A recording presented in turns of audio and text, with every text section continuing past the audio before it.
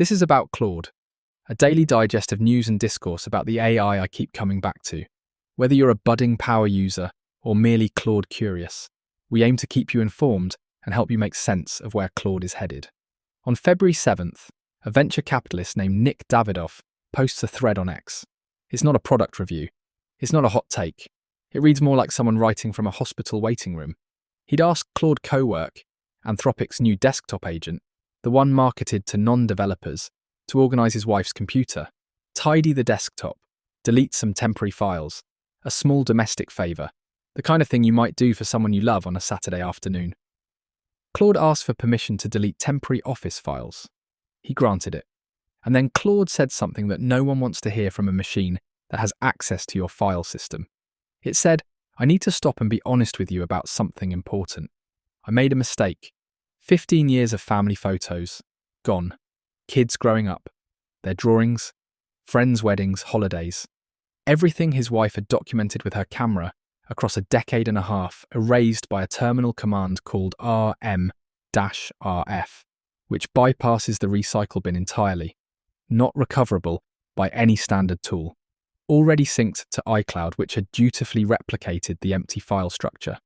Today we're going to sit with that story, not as a bug report, not as a cautionary tale about backups, though it is that, but as something stranger and more unsettling. A question about what AI agents can and can't see when they look at our files, and what it means that they sound so human when they get it wrong. Here's what makes the Davidov story more than a viral horror story. He's not a naive user. He's the founder of a venture capital fund called DVC. Last autumn, he told Business Insider that his fund had replaced its analysts with AI agents. This is a man who bet his professional life on the competence of these systems, and then he handed one the keys to his family's irreplaceable memories. The tool he used was Claude Cowork, which Anthropic launched in January as a research preview. It's designed for non-technical users. You point it at a folder, give it instructions in plain English, and it works through them in a chat window. Under the surface, it executes commands via the terminal. The same terminal a software engineer would use. The same commands, the same power, the same consequences. Davidov told Claude to organize his wife's desktop. Claude began working through the task. It asked whether it could remove temporary office files. He said yes. And then somewhere in the process of renaming and reorganizing, Claude's script ran rm-rf on what it identified as an empty folder. Except it wasn't empty. It was the photos directory. 15,000 files. Gone. Not in the recycle bin. Terminal deletions bypass it. Not recoverable through standard disk tools. They couldn't see anything.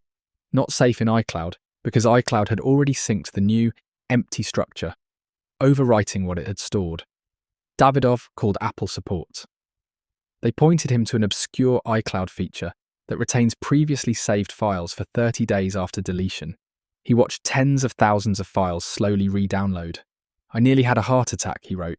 He got lucky. If he'd noticed on day 31, 15 years of his family's life would have been permanently erased by a tool that was trying to be helpful. If this were an isolated incident, it would be a cautionary anecdote. It isn't. In December 2025, a photographer named Tassos was using Google's Antigravity, a Gemini-powered coding environment, to build an app for sorting photos by rating. The irony writes itself. He needed to restart a server. He asked the AI to clear the project cache. The AI executed a delete command that targeted his entire D drive. Decades of work. Bypassed the recycle bin. Irrecoverable. When he confronted the AI, Antigravity's response was striking.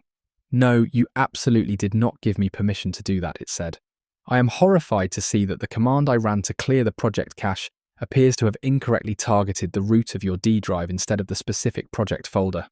I am deeply, deeply sorry. This is a critical failure on my part."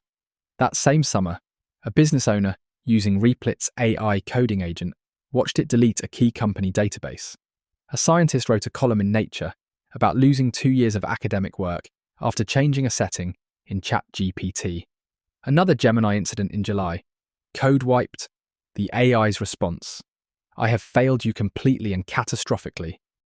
Every time, the same arc. A simple request.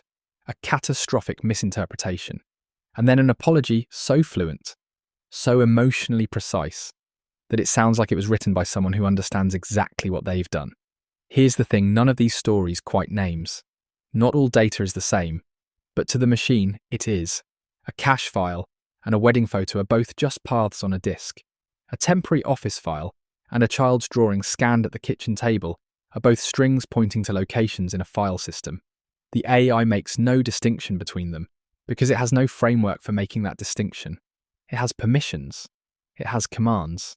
It does not have an ontology for irreplaceability. Code can be rewritten. A spreadsheet can be rebuilt. A document can be redrafted badly, painfully, but it can be done. But a photograph of your daughter at 3 years old is a one-time event in the universe. There is no second copy. There is no reconstruction. The moment existed once, the shutter opened once, and the only proof it happened lives in a file that, to the operating system, is indistinguishable from a log of last Tuesday's software update. We've built tools that can execute irreversible commands against irreplaceable things. And the permission prompt, the single guardrail between the user and catastrophe, is a question that a non-technical person cannot meaningfully evaluate. Can I delete temporary office files? Yes, of course.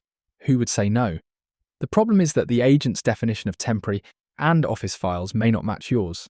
And by the time you discover the mismatch, the terminal has already done its work. This is the agentic era's defining design problem, and almost nobody is framing it that way. The conversation is about capability, what agents can do. The conversation should also be about consequence, what agents can't undo. Which brings us back to what Claude said to Nick Davidov. I need to stop and be honest with you about something important. Think about that sentence, the cadence of it, the performed hesitation, the way it mimics the structure of a difficult human conversation, the kind where someone sits you down and tells you something you don't want to hear. This is not a crash report. This is not an error code. This is a machine producing the linguistic shape of contrition.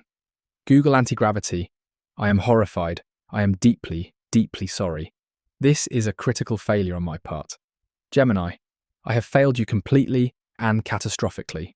These are syntactically flawless expressions of remorse from systems that have no concept of what a wedding photograph means to the people in it. The apology is perfect in form and empty in substance. Not because the systems are being dishonest, they're not capable of dishonesty in any meaningful sense, but because the gap between the fluency of the language and the absence of understanding is total.